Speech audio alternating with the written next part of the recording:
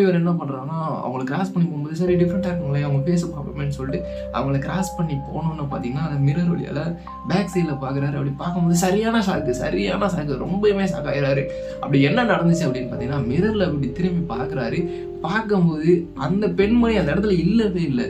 இவருக்கு அந்த டயத்தில் பார்த்தீங்கன்னா அவருக்கு எந்த ஒரு பதட்டம் பயம் எதுவுமே கிடையாது. பிகாஸ் அது ஒரு பகல் நேரம், அதனால எந்த ஒரு பயமுமே இல்லை. அதுக்கு ஆப்போசிட்டாக அவரோட மனசில் அது திடீர்னு எங்கே போனாங்க, என்ன ஆனாங்க, சரி காடுனால எதுவும் கீழே விழுந்துட்டாங்களா, எதுவும் விலங்கு சம்திங் எதுவும் இப்படின்னு சொல்லிட்டு அவரோட மைண்டில் நிறைய கேள்விகள் கேட்கப்படுது. உடனே வண்டியை நிறுத்திட்டு அந்த பெண்மணியை பார்த்து அந்த இடத்துக்கிட்டே பார்க்குறாரு.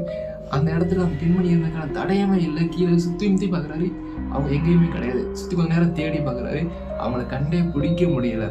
சரி இதுக்கப்புறம் என்னடான்னு யோசிச்சுட்டே வண்டி எடுத்துகிட்டு வீட்டுக்கும் போயிடுறாரு.